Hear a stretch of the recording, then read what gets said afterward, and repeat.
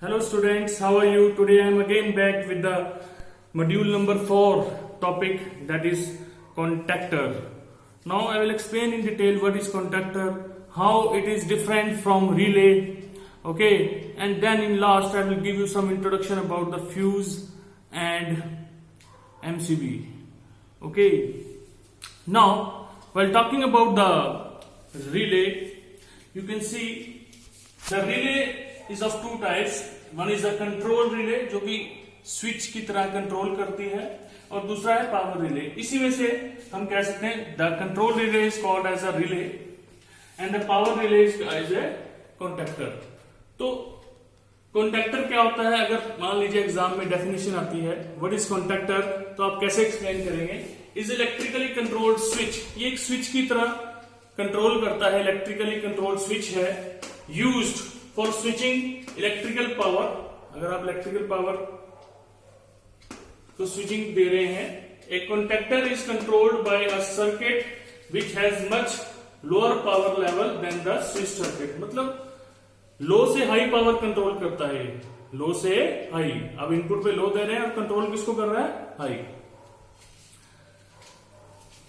आप यहां ये कह सकते हैं कि ये जैसे कि यहां बोला पावर रिले, तो यहां हम कह सकते हैं it is very large relay. Contactor is a very large relay. दूसरा तरीका इसको डिफाइन करने का क्या है? It is very large relay. Relay का ही एक बड़ा साइज है, usually use to switch current to an electric motor. जैसे कि इलेक्ट्रिक मोटर को हमने कंट्रोल करना होता है, उसमें करंट देना होता है, और अनदर हाई पावर लोड, और अनदर हाई पावर लोड, जैसे कि पंप्स में हम यूज करते हैं. ओके, वेयरएज रिले को हम कैसे डिफाइन कर सकते हैं? A device by means of which contacts in one circuit are operated by a change in condition in the same circuit और इन वन और more associated circuits. Okay,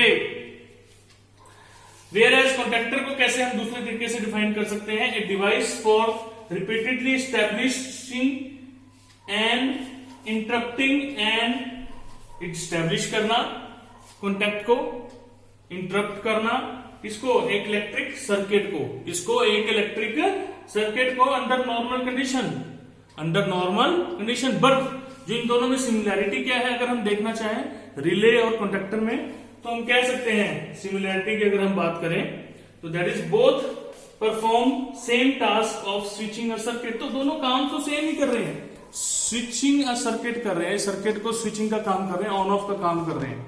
okay, चाहे वो मोटर को आप रन करा रहे हैं, ओके, और चाहे वो आप पंप्स को ऑपरेट कर रहे हैं. ओके, जैसे कि आप पिक्चर देख रहे हैं, रिले और कंडक्टर की कुछ इस तरह से सर्किट होता है.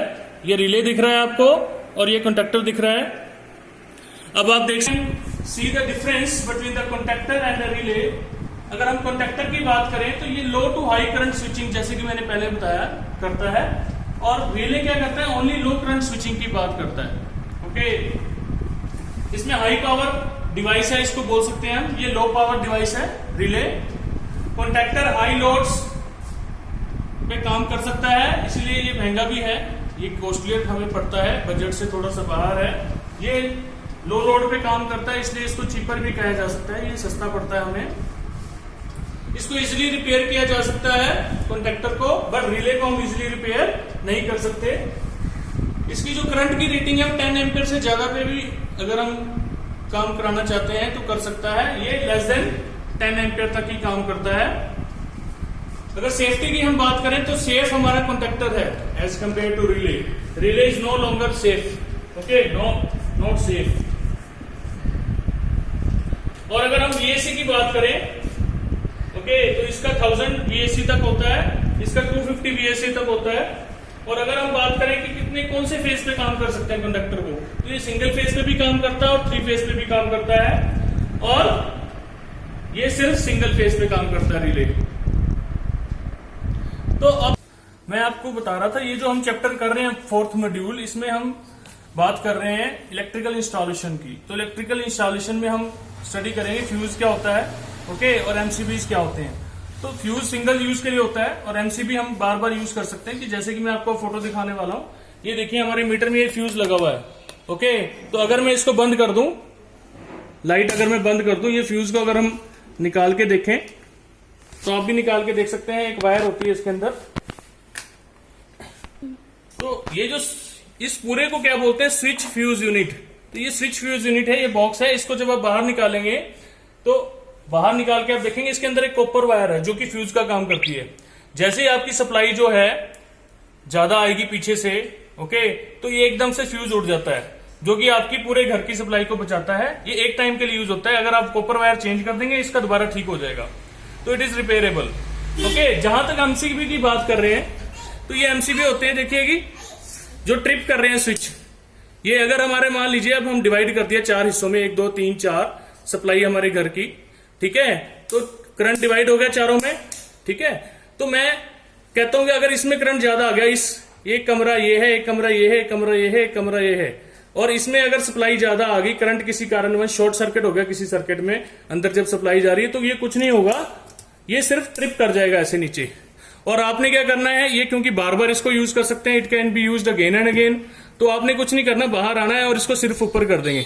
तो इसका मतलब it is not of single use, it can be use again and again. तो MCB that is miniature circuit breaker, miniature circuit breaker का ये यूज है। और आप इसको फ्यूज से इस तरह से समझ सकते हैं, ये जो पूरा बॉक्स है, मैं दोबारा बता रहा हूं, ये स्विच फ्यूज यूनिट है, जो आपके सिलेबस में लिखा हुआ है, ये स्विच फ्यूज यूनिट है। फ्यूज क्या है, जो इसके अंदर लगा हुआ है कॉपर वायर, जो कि टूट जाती है जब हाई करंट उसमें से फ्लो करता है, तो उसको हम फ्यूज बोलते हैं। ये स्विच फ्यूज यूनिट है, ये एमसीबी है, miniature circuit breaker. Okay, thank you so much, stay tuned, stay safe.